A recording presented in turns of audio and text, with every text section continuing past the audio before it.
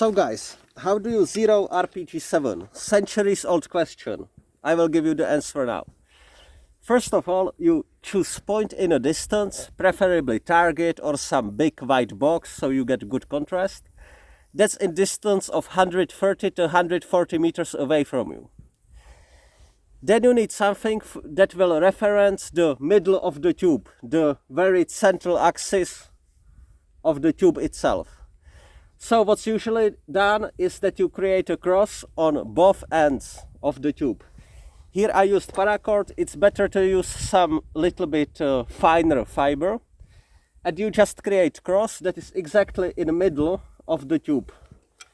Something like so. If you can see, this is very crude and I use paracord so you can see it better. Cross in the front. And then you create second cross in the back. You need two people to do this. With the mechanical side, of course, you don't have any adjustments really from left to right.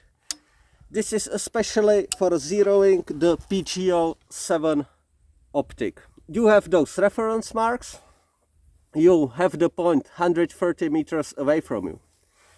You rest your RPG on something, the front, and one person is looking through the back of the tube and he put in one line both of the fibers, the crosses, the middle portions with the target. So it's same like mechanical sights, right? On a rifle, for example. You will have both crosses overlapping exactly on the target. Hold it there. Then second person coming and look through the optic. Where is the cross on the very top of the reticle? The cross that reference to the bore side. Right here, very top. And he tried to lay this onto the target. So one person looking, have it all lined up, and he see. Yes, I'm very much to the left. So he starts twisting the knobs on the optic. Correct for it, okay? And you go like this back and forth, until everything is aligned. Both crosses inside the tube are exactly in center of the tube and laid on the target. And this cross on the very top is also exactly on the target. Like that, your RPG-7 is zeroed. At this reference reticle, everything will exactly correspond that with your point of aim will be where you will be hitting. Of course, this crude way how to do it have much more elegant solution. Unfortunately, this device is kind of rare, especially in third world countries, and it's tube like this.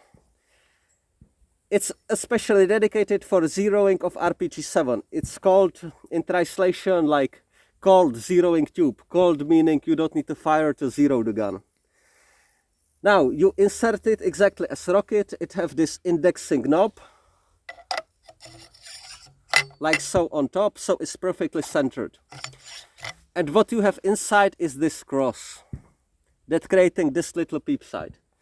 So you do it exactly the same like with the string technique, but you just insert this,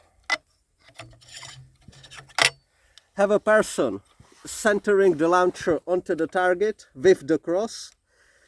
He just pay attention that the cross is exactly in the middle of the tube, holding it there. Second person coming, look through the optic, see where the upper cross is laying, make the correction either here for windage or here for elevation, and go back and forth until the cross, the center of the launcher, and the cross inside the optic are aligned on your target 130 meters away. So this was quick guide how to zero RPG-7. So just to go through all the details. Your windage, you need to remove this cap. Put it on the side. And you just use your screwdriver onto the screw, and that way you're moving the reticle left to right. Okay? So no problem there. You don't need to undo any more screws, nothing. The all orientation is done with the ratchet mechanism inside, okay? So here you just remove the cover, adjust the windage. Then once you're happy, you're zeroed, you put the cover back.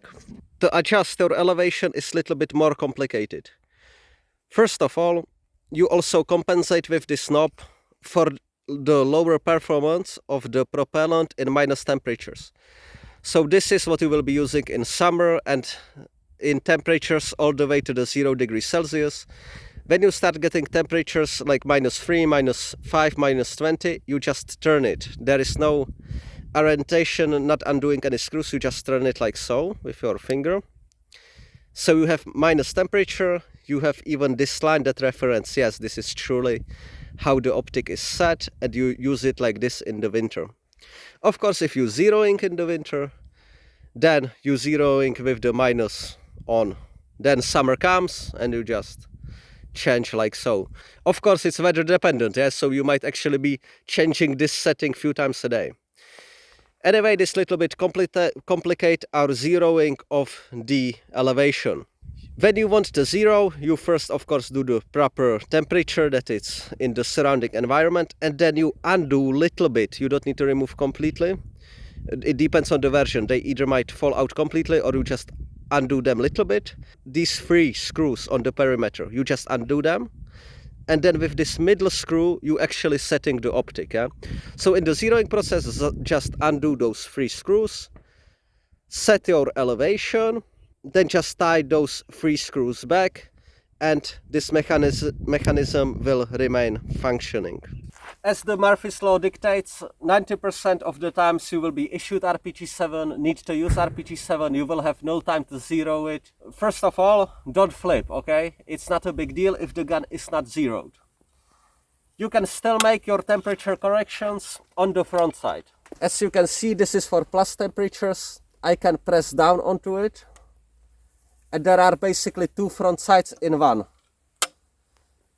You can see I just press down, so let's say it's winter, okay, already my gun will be more accurate. If it's summer, you of course keep it up.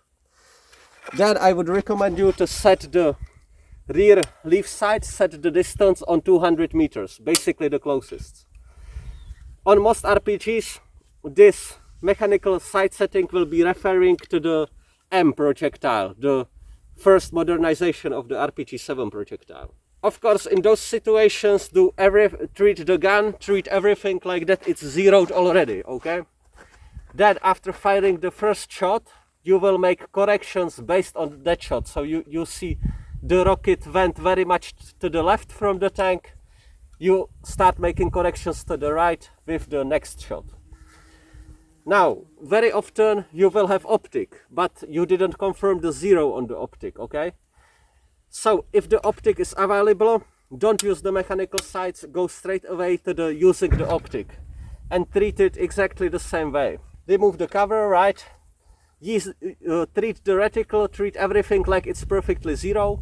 You have inside the grid of the reticle, and the grid will give you all the reference points that you need. When you shoot, you will see the impact, just see where it went onto the grid, let's say left, right, under, over. Make the correction on the grid itself, and with follow-up shots you will for sure hit your target. So keep in mind, if you didn't confirm the zero, if you didn't fire the gun before, it's really not that big of an issue. You can still make it work.